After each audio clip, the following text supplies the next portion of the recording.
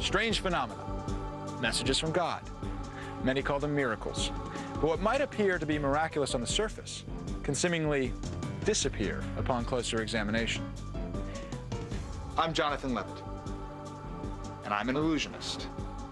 But I can't perform miracles. So join me and a team of experts as we use science to try to explain the unexplainable.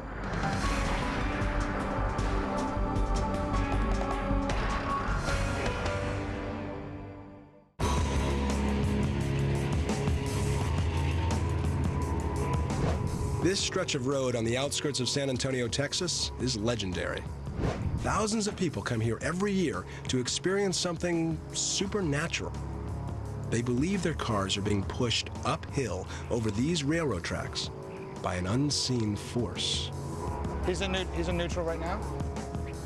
The unseen force is supposedly a group of kids, ghost kids, who were killed 60 years ago when, as legend tells it, their school bus was hit by a train on the tracks.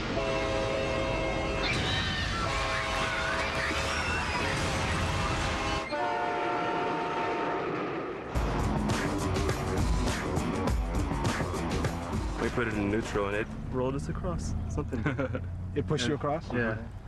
And we put baby powder on it on the back of the car.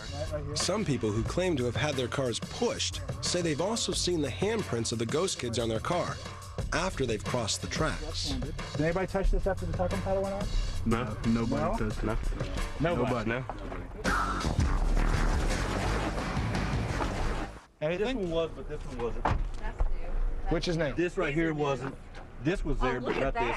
That's new? Because I checked the handle because that was Yeah, I saw her when she Did opened you just get chills? Yeah, those were not. Yeah, those weren't there. Did you wash your car before you came here? No, it was already dirty, and then he gave us some powder, too. The day we checked out the ghost tracks of San Antonio, this kind of thing happened again and again and again. And this was a weekday. On the weekends, there's hundreds, and on Halloween, thousands. The crowds can get so large that officers from the San Antonio Police Department come by on a regular basis just to watch and make sure no one gets hurt. Everybody's just having fun. Yeah, it feels good because you are at the same time you're keeping them safe. You know, they're not. Nobody's gonna hurt them while they're out here just checking out the myth. Wait a minute. Did you notice he used the word myth?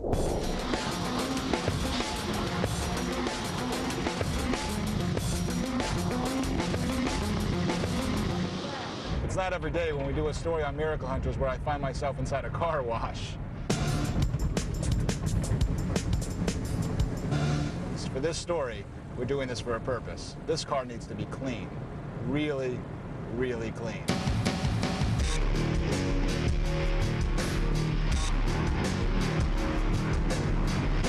Okay, now it's my turn.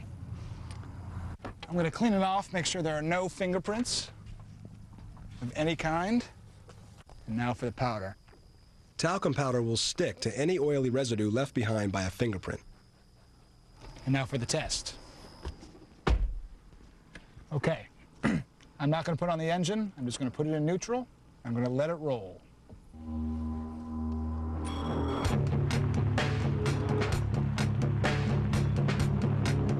There's no doubt when I'm in the car, it looks like I'm heading slightly uphill. But the car still rolls forward.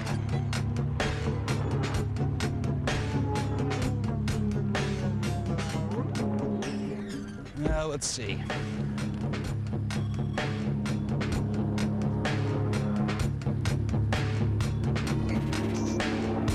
No prints. So, if ghost kids aren't pushing my car uphill, what is?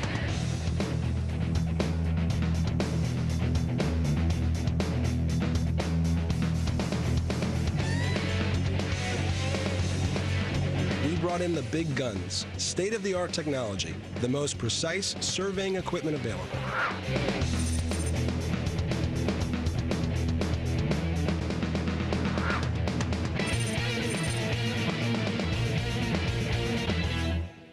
This is survey-grade GPS equipment. The civilian applications for it, in addition to driving your car and things like that, is to do very precise surveying of construction sites, boundaries, any of those kinds of objects. And this represents the latest generation that's available. Using GPS technology, we'll measure the elevation of the train tracks. This will be our reference point and will tell us if cars are actually defying gravity and rolling uphill. You just put the X in the middle of those circles. I think I'll keep my day job. Okay. As we head back from the tracks toward where the cars start their roll, we take our first readings. So at a 1% grade, we're 0.2 of a foot higher. Well, that's significant. Yeah, it's about that much. It's enough to go downhill. Absolutely. That's a decline. And that's in 20 feet. As we head further from the tracks, things get, well, much more interesting. So we are higher at this point than that point. That's right. And that point was higher than the railroad track. Correct. Right. So we are steadily going uphill. Correct. Even by a little amount. That's right. So what I am looking at here is an optical illusion. Correct. So what have we learned? One, the road leading up to the ghost tracks only gives the illusion of an incline, when it's in fact a decline. And two, clean cars don't have handprints. No prints.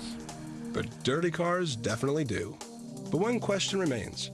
How did this legend start in the first place?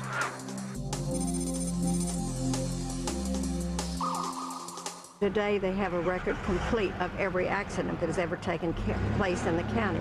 There is no record. Wouldn't you think our wonderful newspapers would have somewhere in their archives the accounting of a busload of little children being killed? Wouldn't that have made the headline news? But what did make the headlines for 4 days in San Antonio on December the 2nd, 1938 was the accounting of a school bus and freight train accident that killed scores of children at Salt Lake City, Utah.